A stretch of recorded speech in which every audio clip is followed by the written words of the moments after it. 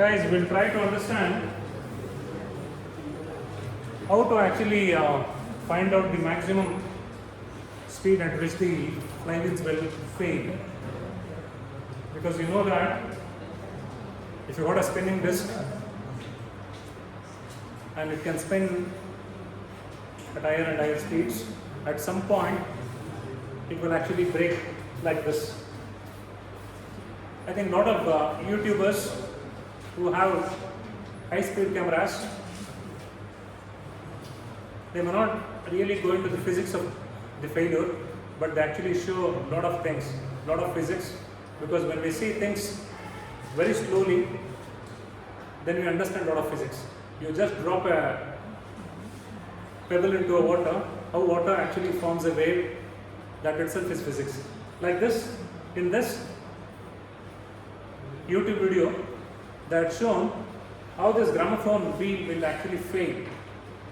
They never spoke about flywheels, but I found very appropriate for flywheel failure, and I actually got that snaps of the YouTube video and I actually posted here. And this is something which as an engineer you should understand, and this actually they will try to spin this gramophone wheel and they will start increasing the speed, and almost at around 10,000 RPM the gramophone wheel starts to break like this. Now you might be surprised, suppose if I had given a chance, people would have thought that the gramophone wheel would have actually broken like this. But put it here.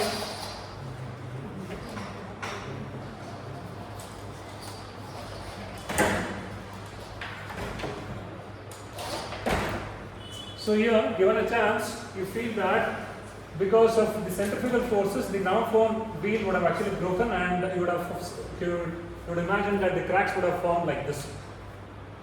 But you see that the cracks are forming like this. Now the cracks are forming like this.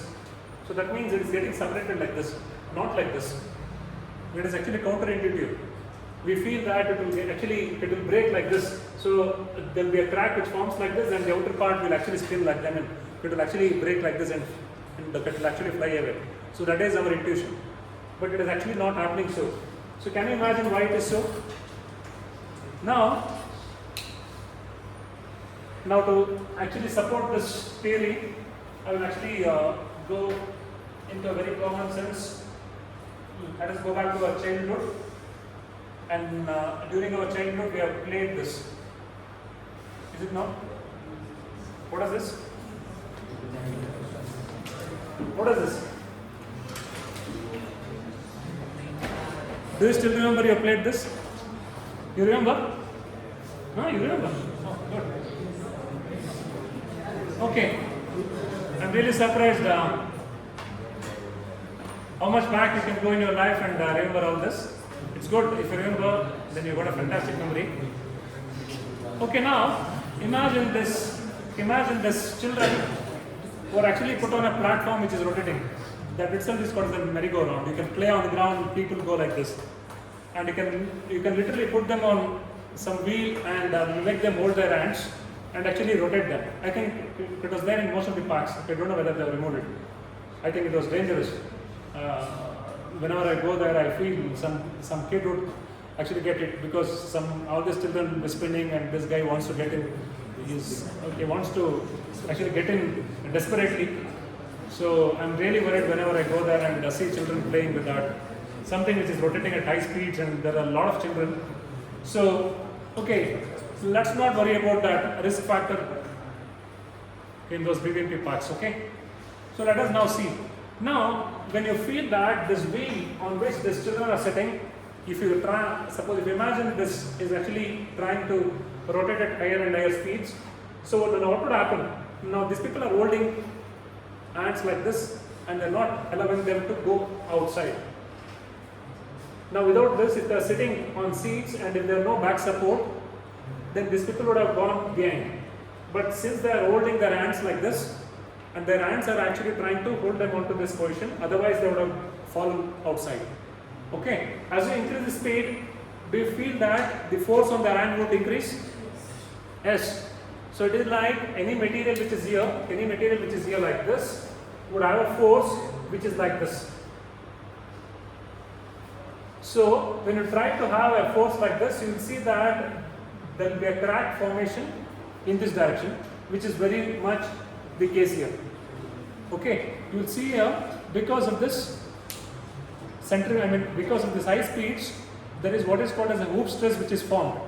Hoop stress. Hoop stress. Now, what is the other name for hoop stress? We had this in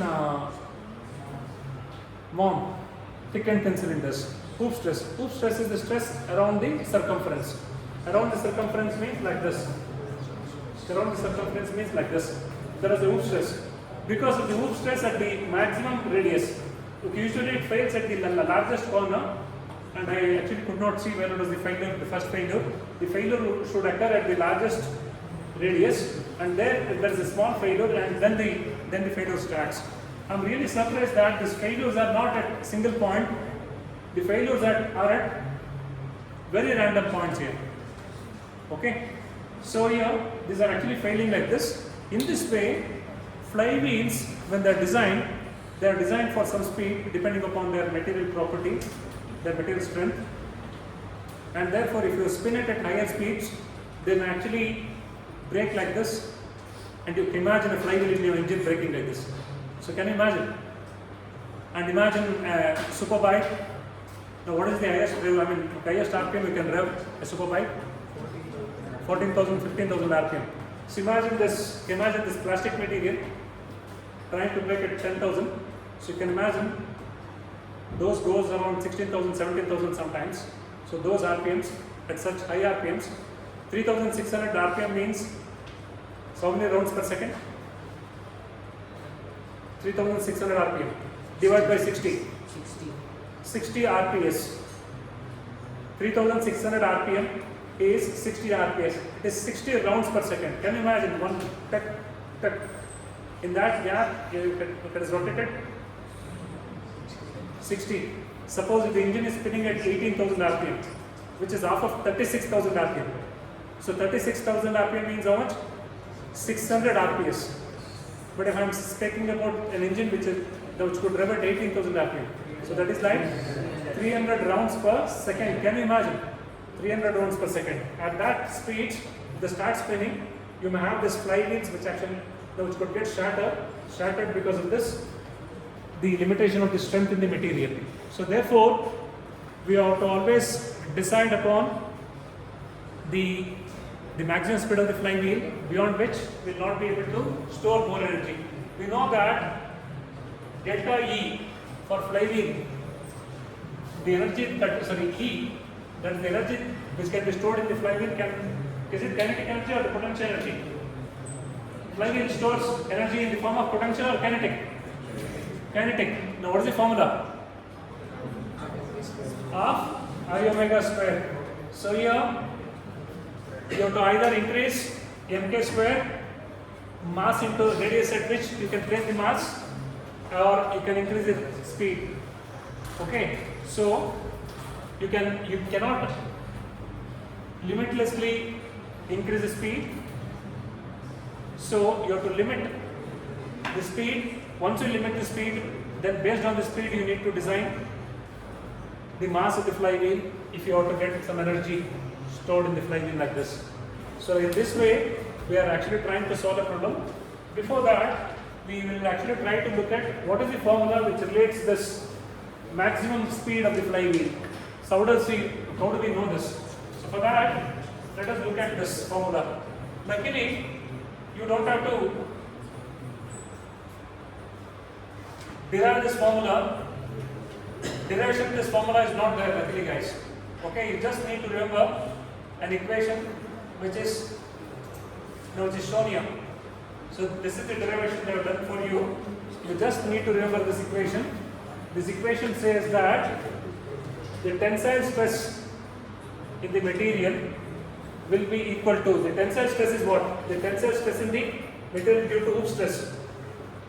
Tensile stress in the material which is due to the hoop stress will be equal to rho, which is the density, multiplied by r square to omega square, but we know V is equal to r omega. So therefore we can call this as rho into V square. So this is the tensile strength. So in the numerical, they would have given the maximum tensile stress of the flywheel, because in MOM also you could have been given the maximum tensile stress of the material, that the yield strength of the material like 150 Newton per mm square and so on, 150, 200 or 350, something like that, depending upon the grade of the steel which is now used. So they will give you the grade of the steel, and they will give you the sigma T, which is maximum tensile stress. So they will also give you what is the density of the material. So at that point, once you get this and this, you can definitely find out V. V is the velocity of that point. So usually, which velocity will you go? Will you go for the velocity at the center, or will you go for the velocity at the periphery? Which will fail first? Periphery. You will go for the velocity at the periphery, where V is nothing but R into omega. Okay, V is nothing but R omega. So therefore, you can actually know this velocity at the periphery, and once you know this velocity, you could expect what is sigma T. I think that's foolishness, because the materials, I think they would have given you the maximum tensile strength of the material, because they would have actually tested in UTM. They would have taken the sample of the material of the flywheel, they would have tested. So that sigma T is known. Sigma T is known. Rho, that's the density of the material. These are the two material properties are known. Then you can actually decide what is the maximum velocity at which this material can be run. So you can know this. So like this, using this formula, we try to solve numericals in the next problem. So usually this type of numericals will be there in the examination, because these are actually the real numericals where you are trying to design a flywheel. It's not actually, people actually might say design a flywheel. You are not trying to design a flywheel. You are just trying to say what is the size of the flywheel. Okay. So of course, the size of the flywheel, maybe in terms of radius, maybe in terms of mass, it is like you are trying to determine some parameter of the flywheel, which you call it as design. You are not trying to completely design the flywheel in terms of mounting bolts and all that, but the basic parameters.